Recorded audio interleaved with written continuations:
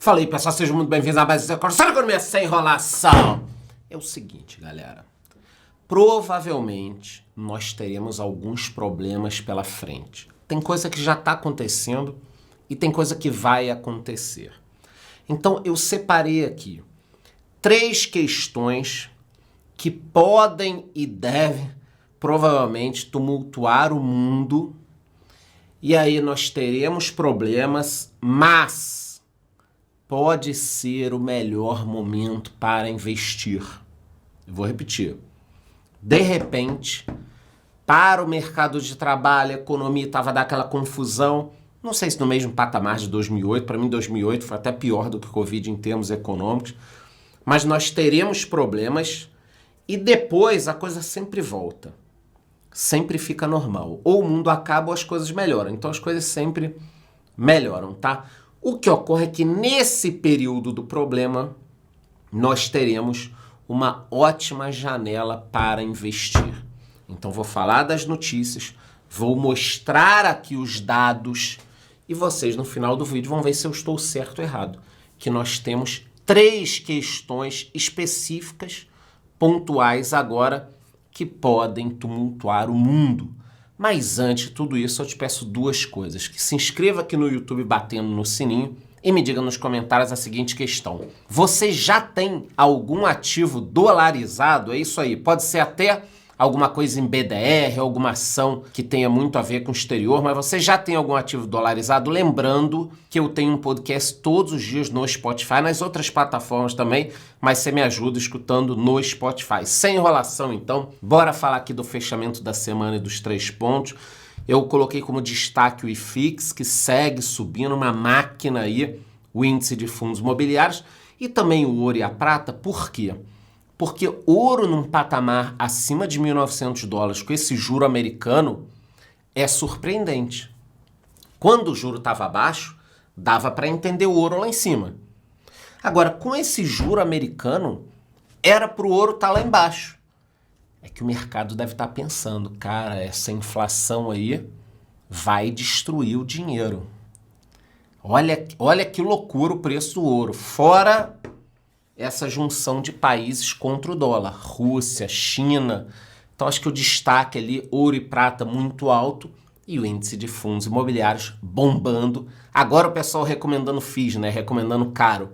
Quem comprou aqui, acompanha o canal, comprou mais barato. Especificamente falando sobre o Ibovespa, fechou a semana em 118 mil pontos, quase 119. Não podemos reclamar, a gente ficou aqui, ó, anos nos 100 mil pontos. Depois subiu para 120, caiu um pouquinho, 118 mil pontos, está até bom. Eu não vejo que vai subir muito para esse índice dar uma porrada agora.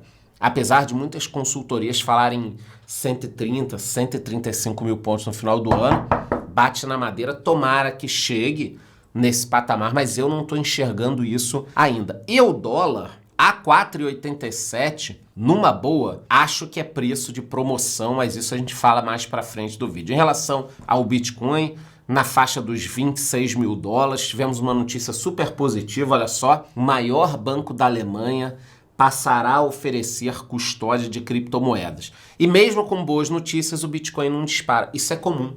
Se você está acompanhando o mercado há pouco tempo, o que acontece? Quando o mercado está num momento de baixa fudida assim, tá? Sai uma notícia positiva, o mercado cai. Sai uma notícia nada a ver, o mercado cai. Sai uma notícia ruim, o mercado cai pra cacete. Então, quando o mercado está num movimento de baixa, qualquer notícia faz ele cair. Quando está num movimento de alta, é impressionante também. Sai uma notícia, China vai proibir Bitcoin. Cara, todo mundo aí, é bom a China proibir. Estados Unidos vai proibir, é bom, vai ser todo mundo preso, é bom, é bom. Então, movimento de baixa ou movimento de alta, no movimento de baixa sempre cai, no movimento de alta sempre sobe. Quando a gente está nesse momento bem lateral, a coisa não anda, é a mesma coisa. Sai uma notícia muito ruim, o Bitcoin não anda. Sai uma notícia muito boa, o Bitcoin também não anda. Por maior banco da Alemanha, maior país da Europa, vai começar a fazer custódia e nada acontece. Imagina se fosse no mercado de alta. Caralho, maior banco da Alemanha, o PIB da Alemanha é de tal, 5% comprado. todo mundo começa a viajar. É do caralho. Então só guardem isso, tá? Esses movimentos são muito importantes para a gente entender um pouquinho o mercado. E destaques da semana, vamos começar pelo Brasil.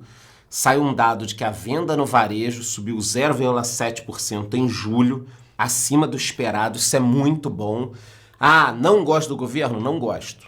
Não gosto. Por N motivos aqui, que eu já falei para vocês 1000 vezes. Até porque eu tenho 46 anos, não dá para você chegar para mim com aquele negócio do Homens de Preto, né? Vamos apagar a sua memória. Nada disso aconteceu. Não dá para fazer isso comigo. Então não gosto do governo.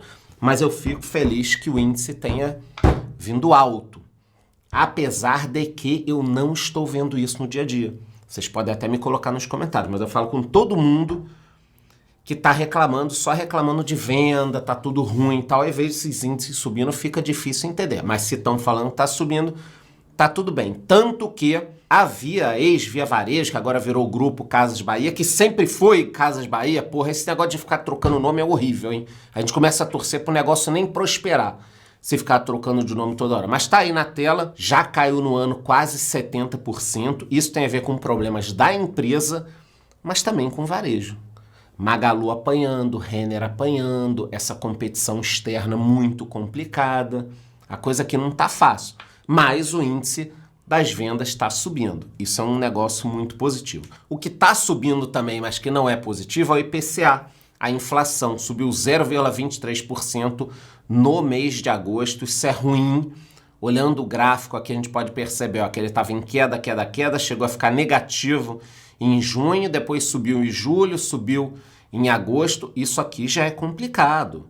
No acumulado do ano, a gente já está com 4,61. Chegou a 3,16. Vocês estão vendo aqui no acumulado de 12 meses. Esse gráfico aqui é muito importante. Tudo bem, saiu lá de 8,70, veio caindo, caindo, mas começou a subir. Quando a gente fala que a inflação está 4,6, eu estou colocando essa tabela aí, porque eu sei que vai ter gente falando, pô, mas tem coisa que está subindo muito mais. Tem coisa que está subindo menos.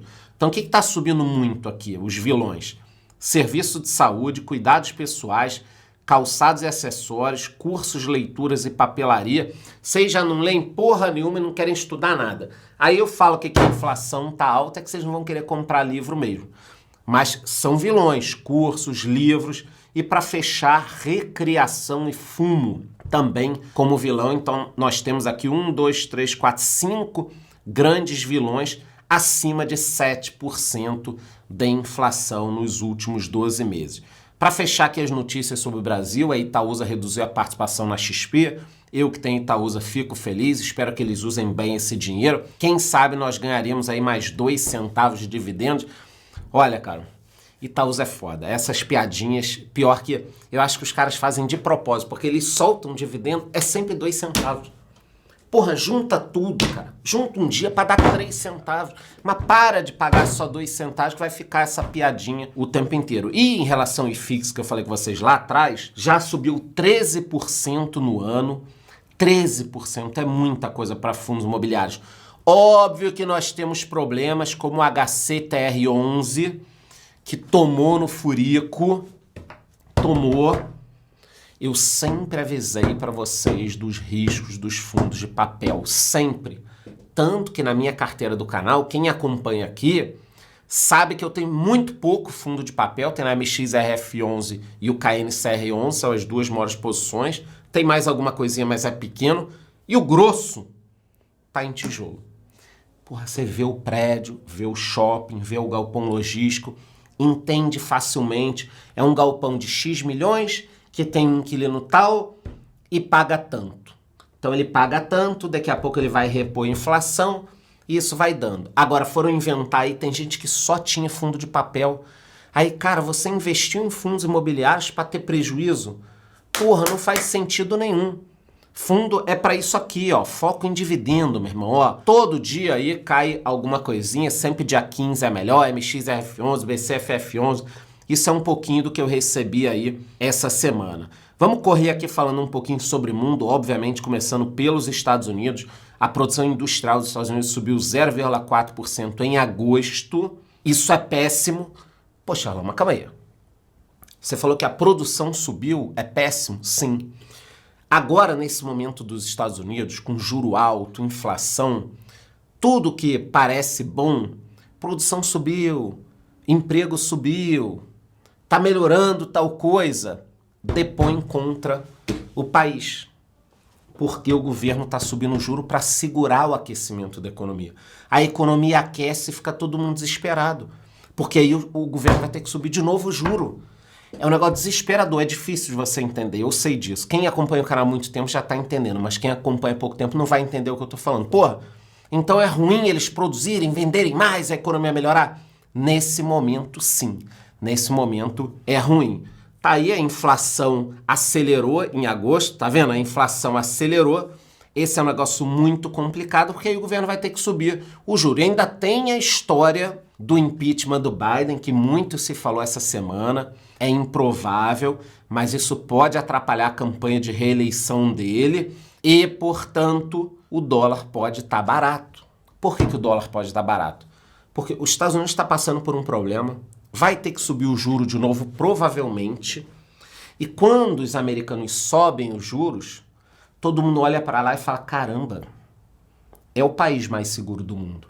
Ah, mas eu acho isso, aquilo. Não, tudo bem, você pode achar várias coisas, eu também. Mas os investidores ainda olham para lá e falam, cara, lá é o lugar mais seguro do mundo. E se lá estiver pagando 5, 6, 7% ao ano em dólar, eu vou investir lá, não vou investir no Brasil. Então, neste momento, eu acho que o dólar pode estar num patamar interessante, não é nenhuma recomendação.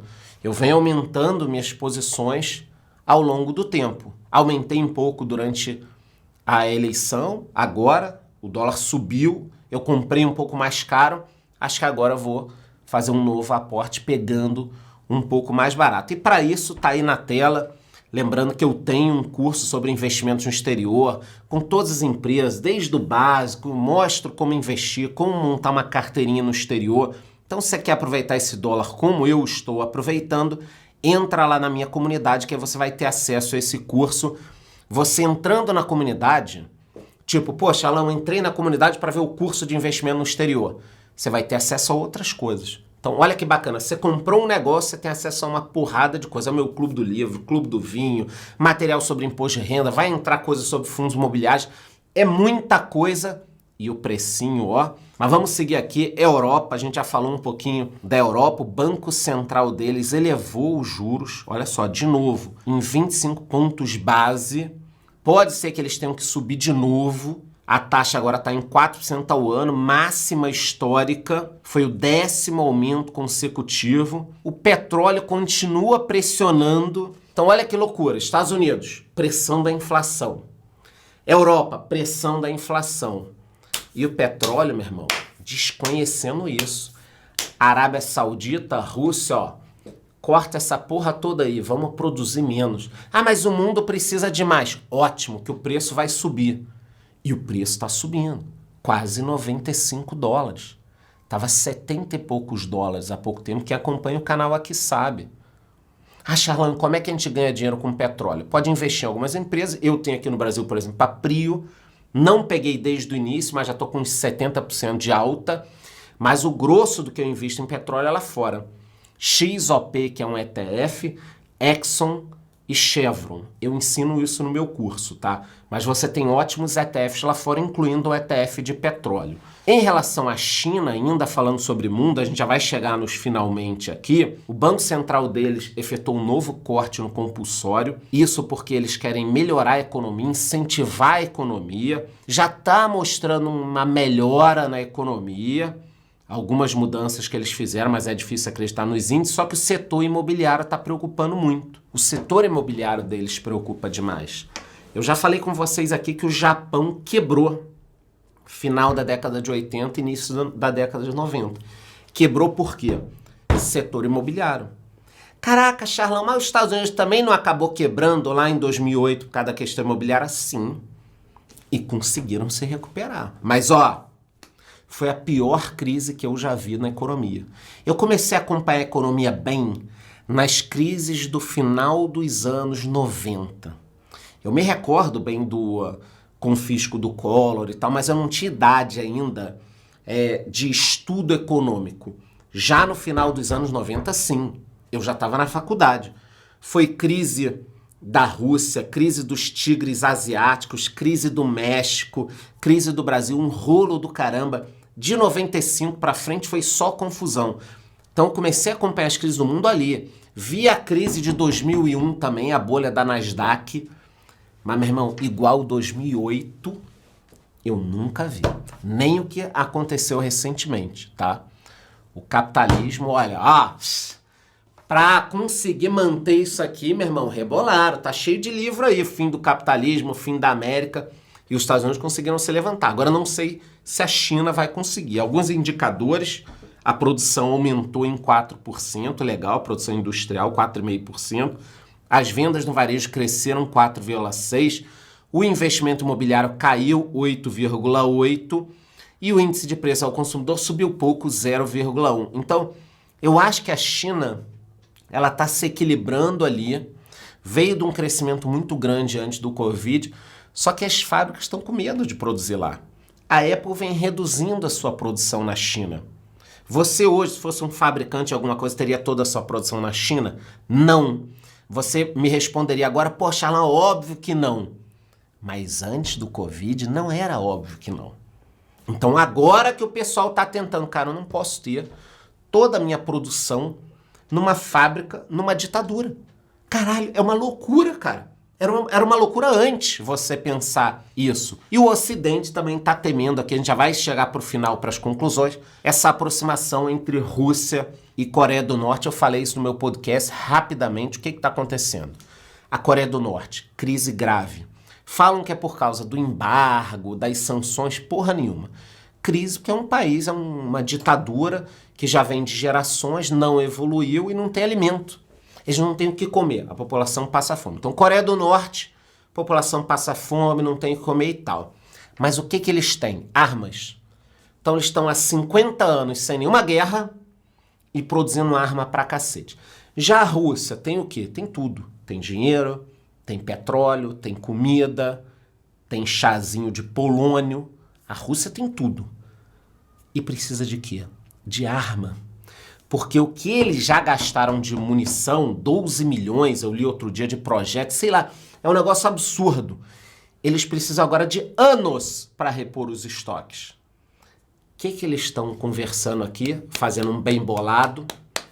O coreano vai na Rússia pegar alimentos e tecnologia e vai levar armamento.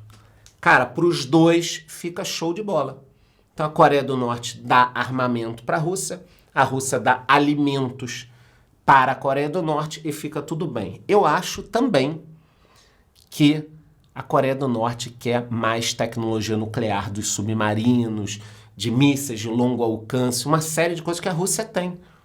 Então nesse desespero, pode ser que o Putin passe alguma coisa para a Coreia do Norte, o que seria péssimo para o mundo inteiro. Então, só pontuando, essa questão aqui não tem muito a ver com a economia, não. Mas é sempre bom vocês saberem o que está acontecendo e por que esses dois estão se encontrando. O Kim Jong-un foi de trem para a Rússia, eles se encontraram em Vladivostok. Quem aqui joga o War, aquele joguinho do tabuleiro, lembra? Fica lá na ponta, Vladivostok. E ele foi de trem da Coreia do Norte, um trem todo blindado, anda devagar pra caralho, produção coloca o trem aí na tela. Então, vamos aqui às conclusões. Como é que ficam os investimentos no Brasil e tudo pra gente que eu falei no início? Estão prevendo uma recessão nos Estados Unidos, a gente já falou sobre isso várias vezes aqui. Talvez uma recessão no Brasil. As contratações nos Estados Unidos, a previsão é que elas caiam, e eu destaquei aqui, as contratações devem cair devido aos aumentos de custos trabalhistas e à instabilidade na confiança. E os impactos são esses: desvalorização do real, se nós tivermos essa crise, esse problema todo, migração de capital daqui para os Estados Unidos, enfraquecimento do consumo, possível aumento da inflação e dos juros por aqui e lá fora, e uma nova chance de crescimento perdida para a gente. O pico do pessimismo com a China pode já ter passado, mas essa bolha imobiliária é um problema. Lembrando que o país, a China, é um dos principais, se não o principal parceiro comercial do Brasil. Eu sei que é o principal, mas eu não tenho tanto medo da gente perder parte do comércio com a China, porque tá cheio de gente querendo comprar nossos alimentos, nossos produtos, então calma lá em relação ao comércio. O Brasil está muito bem posicionado. Depois de falar tudo isso, quais são os 3 pontos aqui que eu queria destacar, que eu falei desde o início, que podem levar a uma nova crise global do tamanho ou pior da de 2008. Vai ser ruim para a economia, mas provavelmente será a melhor oportunidade de investimento do século. Esses são os 3 pontos. Vê se vocês não concordam. Petróleo em alta, inflação e juros nas alturas. Na década de 70, a gente teve o choque do petróleo e isso aconteceu. Muita gente fez bons negócios naquele momento e resolveu a vida. Então, quando eu olho isso, eu não fico feliz. Porque eu vou me ferrar também nos meus negócios físicos. Óbvio que eu vou me ferrar, todo mundo vai se ferrar. Mas como investidor, nós teremos as melhores oportunidades. E, obviamente, eu vou falar isso aqui o tempo inteiro. Eu vou falar isso aqui o tempo inteiro. Eu me preocupo menos com a economia e mais hoje com essas questões geopolíticas, tá? Eu ando muito preocupado com esse novo eixo do mal que está formando. China, Rússia, Irã, o Brasil no meio disso, como é que a gente foi parar ali? Eu me preocupo mais com isso. Mas na economia eu estou de olho e a gente pode ter aí alguma oportunidade boa, como nós tivemos nos fundos imobiliários. Cara, agora tá todo mundo falando em fundos imobiliários. Eu sou chato em relação a isso. Nós compramos lá atrás, tudo subindo 10, 15, 20, eu tenho fundo com 50% de alta. Então, a gente tem que ficar muito ligado, porque essas oportunidades vêm e passam. E a gente não vai perder essa oportunidade se vier uma crise gigantesca. Então, eu expliquei os 3 pontos, falei sobre tudo isso, espero que vocês tenham entendido até essa parte geopolítica. E antes de ir embora, eu te peço 2 coisas, tá? Que você se inscreva no canal, me diga aí nos comentários se você tem algum ativo dolarizado. E não esqueça que eu tenho todos os domingos às 8h18 a live do Charlão num outro canal. Vou deixar o link aqui nos comentários. Aí se gostou, curte o vídeo, curte o canal, bate no sininho e até a próxima.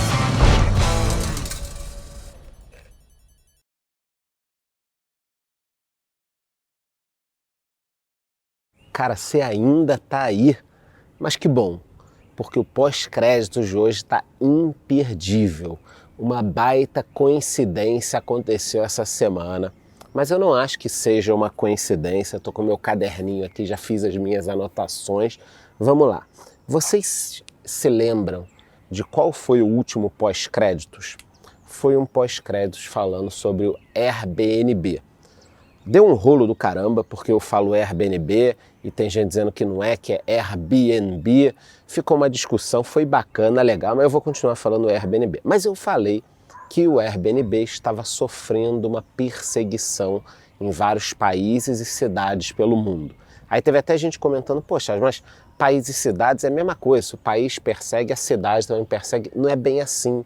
Nos Estados Unidos, cada estado toma uma decisão. Na Europa, tem países que você pode ir numa cidade, não pode em outra. Às vezes, numa cidade, você pode 30 dias no ano, na outra 90 dias. Então, cara, é país perseguindo e às vezes são cidades, às vezes são estados. Cada lugar tem as suas regras. Mas eu falei que o Airbnb estava sendo perseguido, que queriam acabar com o serviço, blá, blá, blá, blá, blá, blá. Foi muito bacana, muita gente não sabia. E o que aconteceu essa semana?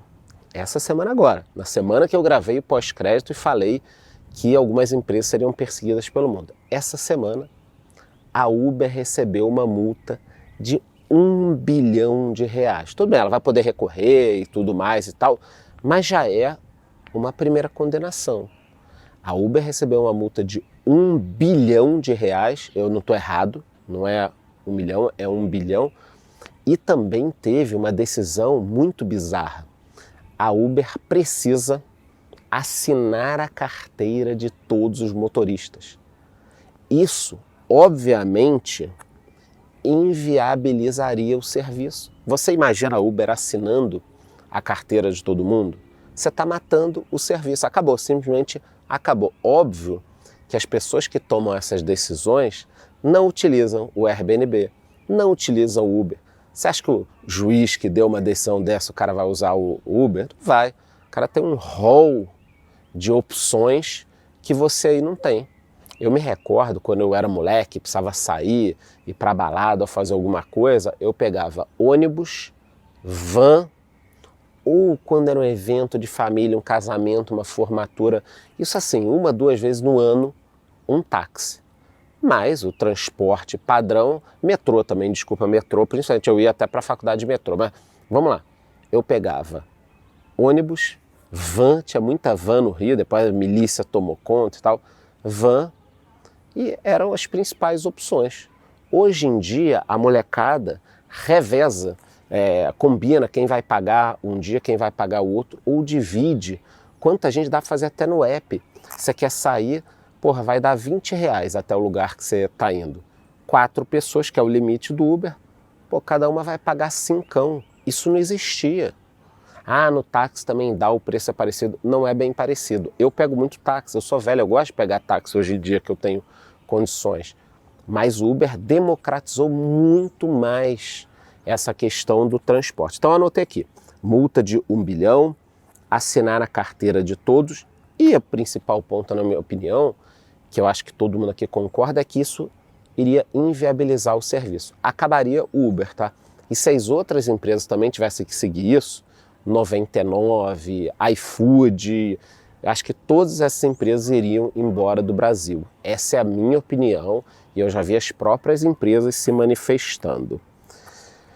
Um outro ponto que eu anotei, vamos lá. Qual a ideia principal do serviço? Qual a origem do Uber?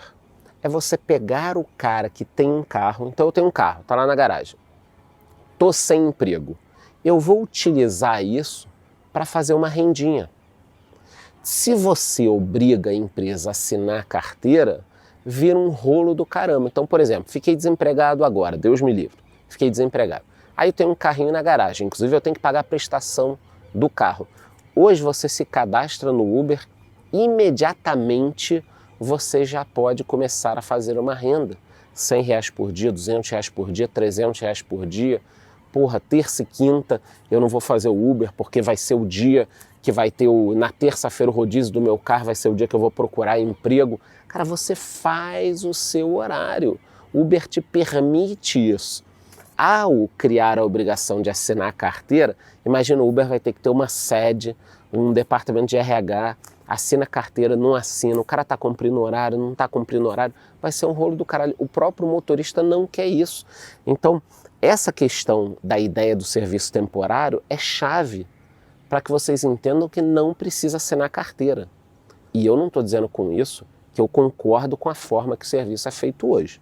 Eu também quero deixar isso bem claro. Então, a Uber serve muito para quem perdeu o emprego. Muito.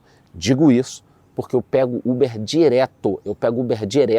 E vocês já sabem disso, já deu para perceber. Eu falo pra cacete, já entro no carro falando, e aí, beleza, fazia, não sei o quê, já invisto. Ah, não, prefiro fazer aposta esportiva. A galera do Uber faz muita besteira de aposta esportiva, hein? Cuidado, pessoal. Todo mundo faz, né? Mas é que eu troco ideia muito com o Uber.